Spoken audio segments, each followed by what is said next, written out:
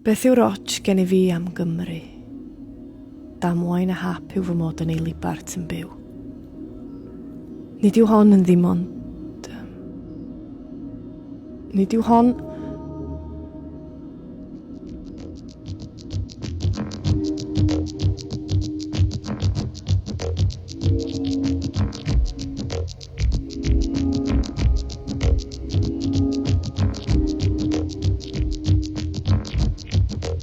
Dwi ma gwareso.